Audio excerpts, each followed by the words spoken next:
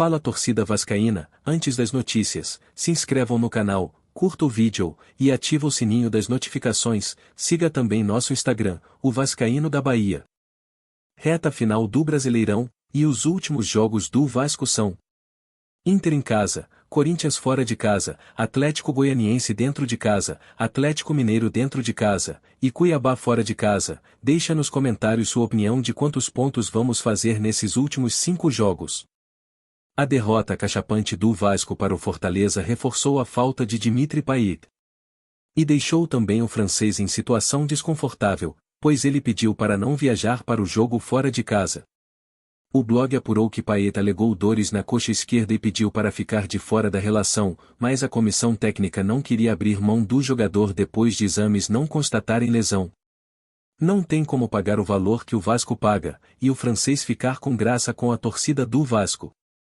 Sai dos jogos e fica revoltado, e acaba o jogo vai dar volta no campo aplaudindo para a torcida. Tá claro que a intenção dele é zoar com o torcedor. Na coletiva pós-jogo Paiva respondeu algumas perguntas como: a gente precisa buscar alguma alternativa para fazer as coisas acontecerem, principalmente buscar os pontos. A gente precisa voltar a pontuar. 2 jogos a gente já fica muito incomodado. Vamos ter um período maior para perceber o que pode fazer e fazer um bom jogo contra o Inter em casa, disse. Escolha por Puma Rodrigues na ponta.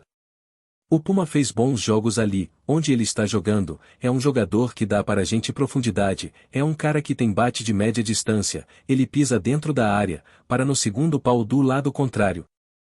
Então, é um jogador que nos dá algumas alternativas ofensivas que é muito interessante. Gol no início do jogo. Do quesito concentração, eu acho que hoje a gente já conseguiu entrar melhor, mas a gente sabia que era importante a gente dar uma resposta e a gente pegou uma equipe que não perdeu em casa ainda no Campeonato Brasileiro. Erros individuais.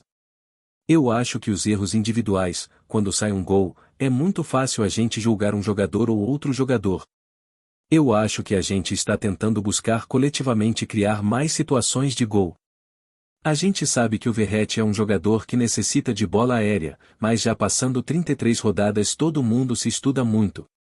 Dificuldade da partida. Bom, sobre a dificuldade, a gente sabia que era enorme, né? O nosso 4º jogo contra o Fortaleza. Todos os jogos foram extremamente competitivos e difíceis.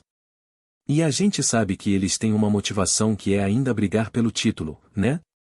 Ainda mais com o empate do Botafogo hoje, a gente sabia que com uma vitória eles iam reduzir, e eles iam buscar essa vitória a todo custo. Sabíamos que ia ser muito difícil e a gente tinha total consciência. Gols sofridos. A respeito do saldo de gols nos incomoda muito, né?